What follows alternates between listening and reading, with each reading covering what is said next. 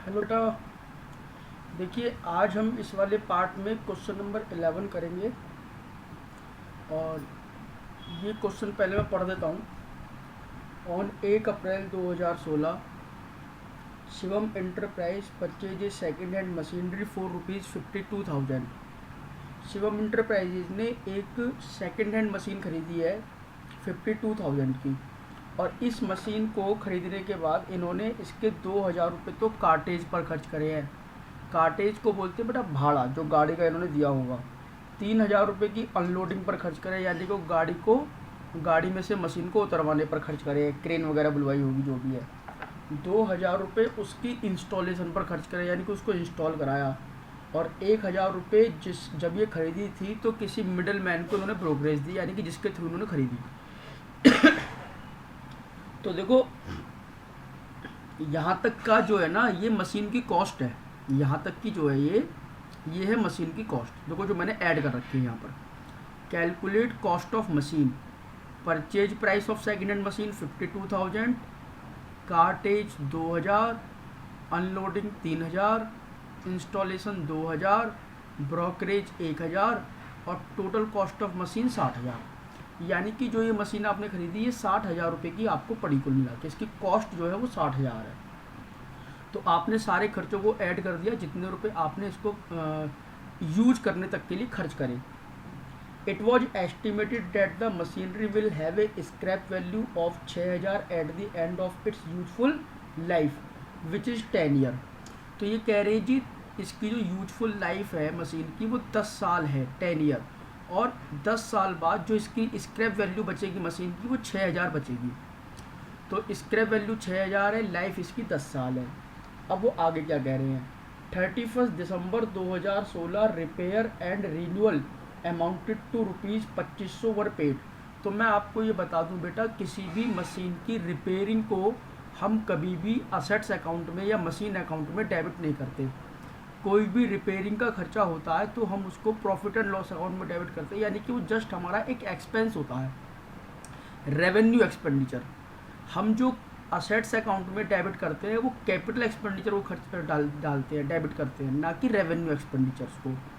तो जो रिपेयरिंग का खर्चा है वो रेवेन्यू एक्सपेंडिचर है। हाँ, अगर आपने कोई सेकेंड हैंड मशीन खरीदी है और उसको फर्स्ट टाइम रिपेयर करवाया है आपने, यानी कि उसको स्टार्ट करने के लिए, उसको यूज करने के लिए आपने रिपेयर करवाया है, तब हम उसको कैपिटल एक्सपेंडिचर मानेंगे और हम उसको क्या नाम है, असेट्स अकाउंट में ही डेबिट करेंगे। मैं दोबारा बोल देता हूँ, अगर कोई आपने पुरानी मशीन खरीदी जो कि चालू हालत में नहीं है और उसको चालू हालत में लाने के लिए आपने रिपेयरिंग करवाई, तब तो वो मशीन अकाउंट में डेबिट करी जाएगी, यानी कि मशीन में जोड़ी जाएगी।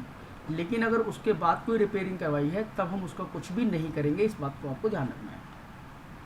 फिर आगे लिखा है, on 1 October 2018 this machine was sold for ₹30,600 and an amount of ₹600 was paid as commission to an agent. आपने इस मशीन को बेच दिया भैया, कितने रुपए का देखो जरा यहाँ पर, नेट सेल वैल्यू 30,600 की बेची, लेकिन 600 रुपये आपको कमीशन देना पड़ गया। तो बताओ आपकी जेब में तो वास्तव में 30,000 रुपये आए ना, है ना। देखो, ब्रोकरेज जब हमने परचेज करी तो हमने ऐड करा है, लेकिन जब हमने बेची है तो माइनस करा है। क्यों? क्योंकि जब हमने खरीदी थी तो ये हमारे लिए एक क्या है, खर्चा है, हमारी लागत है मशीन की। लेकिन अभी हमने किसी को दी है, तो कुल मिला के बाद एक बात समझो आप, 30,600 की आपने बेची, 600 किसी को कमीशन दे दिया, तो आपके हाथ में तो 30,000 रुपये आए ना। तो आप कहोगे कि हमारी मशीन तो वास्तव में 30,000 की बिकी, क्योंकि 600 रुपये तो हमें किसको देने पड़े, कमीशन के देने पड़े। अच्छा, अब जो ये मशीन है 60,000 रुपये वाली, उस पर डेप्रिसिएशन कितना है, कैलकुलेट डेप्रिसिएशन ऑन मशीन। देखो जरा, cost of machine minus scrap value बटे यूजफुल लाइफ ऑफ मशीन। अब कॉस्ट ऑफ मशीन कितनी है, 60,000 ये वाली, ठीक है। 6,000 रुपये क्या है इसकी स्क्रैप वैल्यू और 10 साल की इसकी लाइफ है। तो इस पर जो हर साल डेप्रिसिएशन लगेगा वो कितना लगेगा, 5,400 रुपये, ठीक है ना। अब क्वेश्चन आपसे क्या कह रहा है, calculate the amount of annual depreciation and rate of depreciation. तो आपने यहाँ पर देखो अमाउंट तो कैलकुलेट कर दी, डेप्रिसिएशन कितनी है, 5,400। अब अगर आपको इसका रेट ऑफ डेप्रिसिएशन और कैलकुलेट करना था तो मैं आपको दिखाता हूँ रेट ऑफ डेप्रिसिएशन कैसे कैलकुलेट करते हैं। तो उसका फॉर्मूला क्या है, यहाँ कर देता हूँ मैं।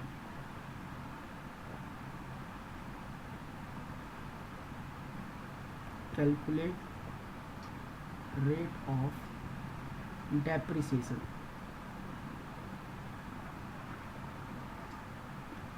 तो इसमें फॉर्मूला लगेगा बेटा, अमाउंट ऑफ डेप यानी कि पर एनम जो डेप्शन लगता है बटे cost of assets multiply with 100। तो जो डेप्शन का अमाउंट है वो कितना है 5400 रुपये, बटे जो आपकी कॉस्ट ऑफ असेट्स है वो है भाई 60,000 रुपये। तो आप मल्टीप्लाई 100, इसको सॉल्व कर दो, ये जीरो से ये जीरो ख़त्म और 2 जीरो से ये वाली 2 जीरो ख़त्म, तो ये हो गया 6 9 का 54 यानी कि 9%। तो 9% पर एनम का रेट आ गया बेटा आपका, रेट ऑफ डेप्रिसिएशन कितना आ गया 9% पर एनम। अच्छा, अब उसने कहा also prepare the machinery account for first 3 year assuming date form follow financial year for accounting. Financial year यानी कि 31 मार्च को बुक्स बंद होती हैं। उन्होंने कहा 3 साल का अकाउंट बनाओ। चलो जरा देखें 3 साल का अकाउंट बनाए। सबसे पहले आपने क्या करा है, 1 अप्रैल 2016 को आपने एक मशीन खरीदी है, टू कैश अकाउंट, कितने रुपए की 60,000 रुपये की। फिर आपने पूरे साल कुछ नहीं करा और 31 मार्च 17 को आपने इस पर लगाया डेप बाय डेप्रिसिएशन अकाउंट 5400, और अब आप लगा दोगे इसका क्या बैलेंस निकाल दोगे आप इसका बाय बैलेंस शीट। कितना बच जाएगा जी बैलेंस, 60,000 माइनस 5400, 54,600, 54,600, ये बैलेंस बची है जी। टोटल लगा दो आप यहाँ पर 60,000 और 60,000, ये बैलेंस भैया यहाँ आगे आ जाएगा 54,600 टू बैलेंस BD 1 अप्रैल 17। अच्छा, जिन्होंने पे की है वो 1 अक्टूबर 18 को पे की है, तो इसका मतलब ये है कि 17 18 यानी कि 31 मार्च तक उन्होंने नहीं पे की। तो 31 मार्च को फिर से डेप्शन लगा देंगे इस पर बाय डेप्रिसिएशन अकाउंट 5400 और फिर बैलेंस निकाल देंगे बाय बैलेंस CD। इसे यहाँ बंद कर देंगे जी दोबारा दूसरे साल में 54। देखो ये है बेटा हमारा फर्स्ट ईयर, उसने हमसे 3 साल के बनाने के लिए कहा है। ये है हमारा सेकंड ईयर। एक बच्चे का ये डाउट आया था, सर हम कैश बुक में तो एक ही बार बैलेंस निकालते थे, यहाँ हम बार बार बैलेंस क्यों निकालते हैं? बेटा क्योंकि यहाँ हम बार बार 3 साल के अकाउंट बना रहे हैं, हम हर साल बैलेंस निकालते हैं, तो हमें 3 साल के अकाउंट बना रहे हैं, तो इसीलिए 3 साल का बैलेंस निकाला जा रहा है। -5400 49,200।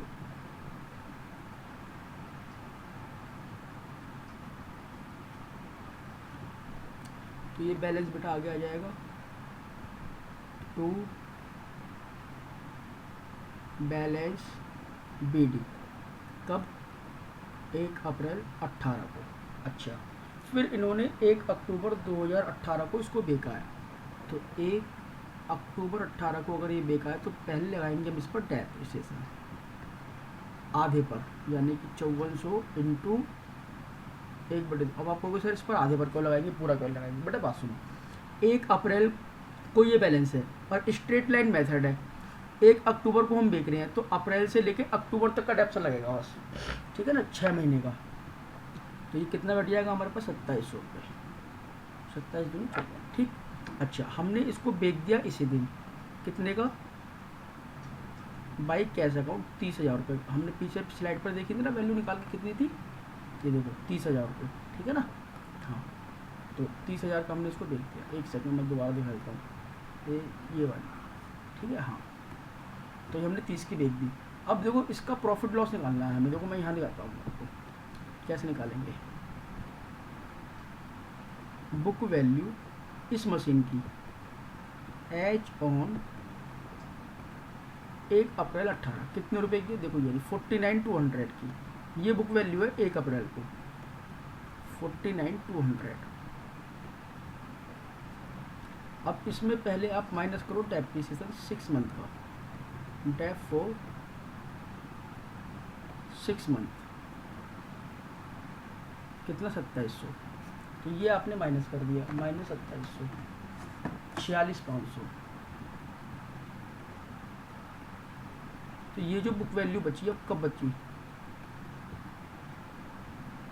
बुक वैल्यू एज ऑन 1 अक्टूबर 18। अच्छा, हमने ये बेची कितने की है, माइनस सेल्स वैल्यू, हमने ये बेची है भाई 30,000 रुपये की, तो माइनस 30,000, तो 16,500 रुपये का लॉस आ गया भैया। देखो कोई चीज़ हमारे पास 46,500 की थी, हमने 30 की बेची है, तो 16,500 का लॉस हो गया। तो इसको हम क्या लिखेंगे, लॉस ऑन सेल ऑफ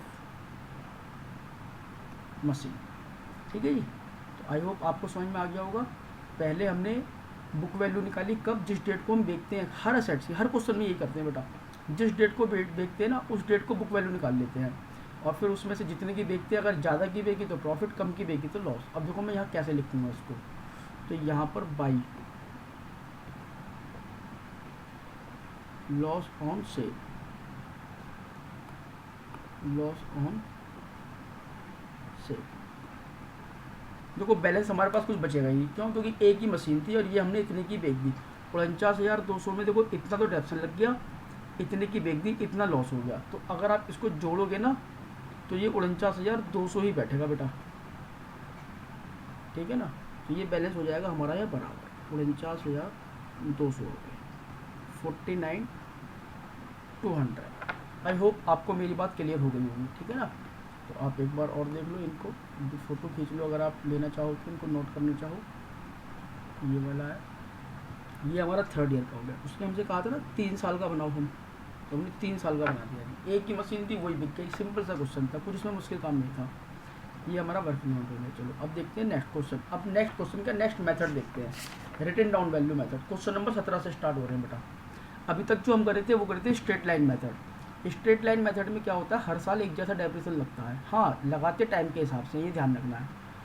इसके अलावा इसमें ओरिजिनल कॉस्ट पर हमेशा डेप्रिसिएशन लगता है। रिटन डाउन वैल्यू में क्या होता है बेटा, रिटन डाउन वैल्यू में जो डेप्रिसिएशन लगता है वो बुक वैल्यू पर लगता है, जो हर साल आप बैलेंस लेके आते हो उस पर लगता है।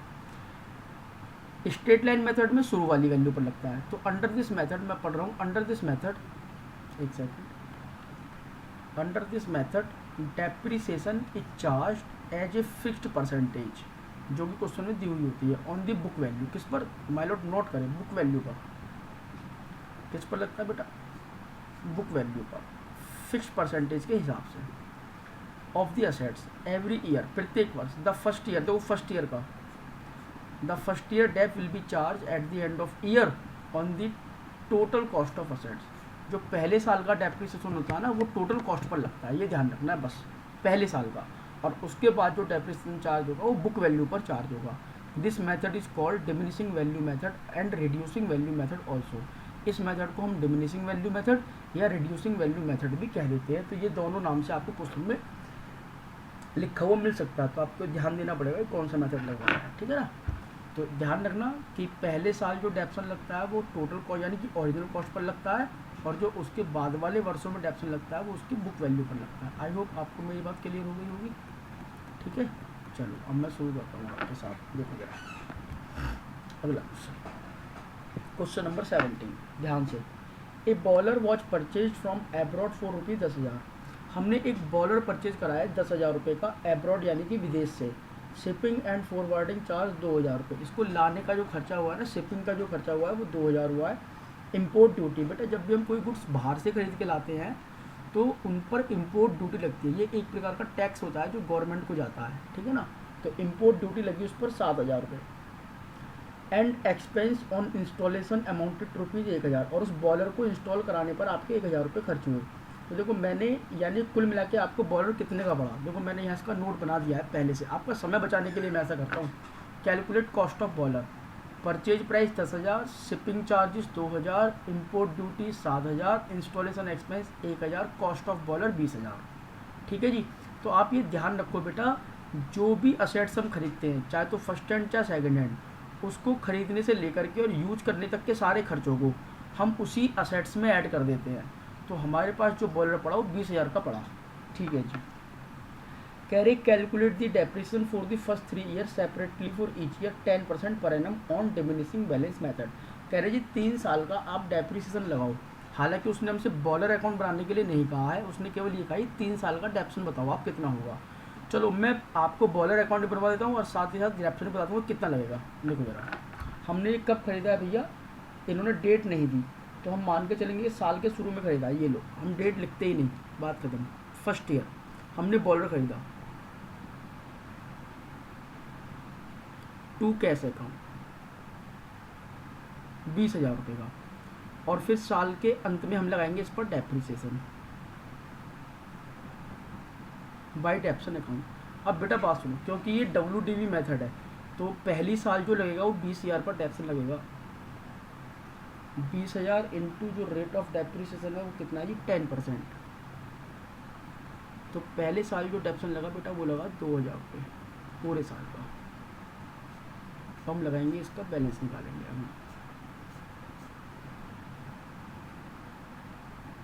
20,000 माइनस 2,000, ये बच गया ये 18,000 बाई बैलेंस CD। तो ये हमारा आ गया 18,000 का balance to balance BD second year. ये जो 18,000 है ना भाई, इसको हम बोलते हैं बुक वैल्यू।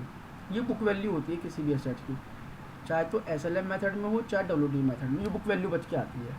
इसको हम रिटन डाउन वैल्यू भी बोलते हैं, यानी कि जो डेप्रिसिएशन लगने के बाद में वैल्यू बचे थे, रिटन डाउन यानी घट के जो वैल्यू आई है 18,000 रुपये। अब क्योंकि रिटन डाउन वैल्यू मेथड है तो हम जो दूसरे साल का डेप्रिसिएशन लगाएंगे वो SLM मेथड की तरह 2,000 रुपये नहीं लगाएंगे। जैसे SLM मेथड में तो पहली साल अगर 2,000 लगाए पूरे साल का तो हर साल 2,000 लगता है, ऐसा नहीं करेंगे। यानी कि SLM मेथड में हम हर बार ओरिजिनल कॉस्ट पर लगाते हैं इस पर 20,000 पर, लेकिन WDV मेथड में ऐसा नहीं होता। WDV मेथड में पहले साल तो लगता है इस वाली कॉस्ट पर यानी कि ओरिजिनल कॉस्ट पर, और उसके बाद वाले वर्षों में लगता है घटी हुई वैल्यू पर यानी कि बुक वैल्यू पर। बुक वैल्यू कितनी है इसकी 18,000, तो डेप्रिसिएशन देखो कितना बनेगा 18,000 इंटू 10%, तो ये बना डेप्रिसिएशन 1,800 रुपये। अब आप निकाल दो इसका बैलेंस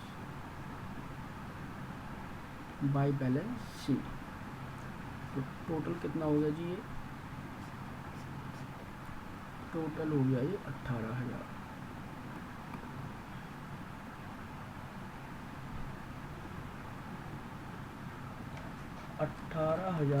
माइनस 1,800 16,200, तो ये 16,200 आ गया।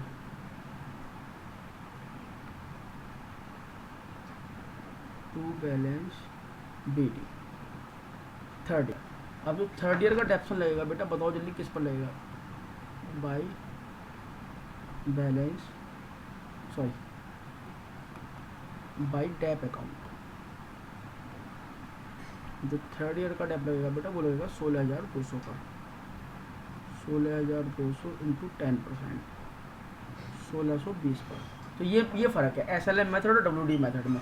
SLM मेथड में हर साल 2,000 लगता, लेकिन WDV मेथड में तो कोई घट रहा है, डिमिनिशिंग बैलेंस मेथड यानी कि हर साल घटती हुई वैल्यू पर, रिड्यूसिंग वैल्यू, जो वैल्यू घट के आ रही है उस पर लगता है। तो इसका बैलेंस निकाल दो बाई बैलेंस CD 16,200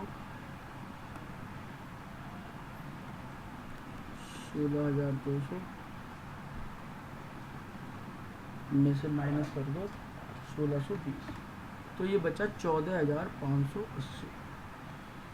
तो ये बैलेंस बचा बेटा हमारे पास। आई होप आपको मेरी बात क्लियर हो गई होगी और समझ में भी आ गई होगी। तो ठीक है ना, अब आपके हाफ ईयरली एग्ज़ाम भी होंगे तो आप थोड़ा सा रिवीजन करना स्टार्ट कर दें, और कोई भी दिक्कत परेशानी अगर आती है तो मेरे से डिस्कस ज़रूर करें।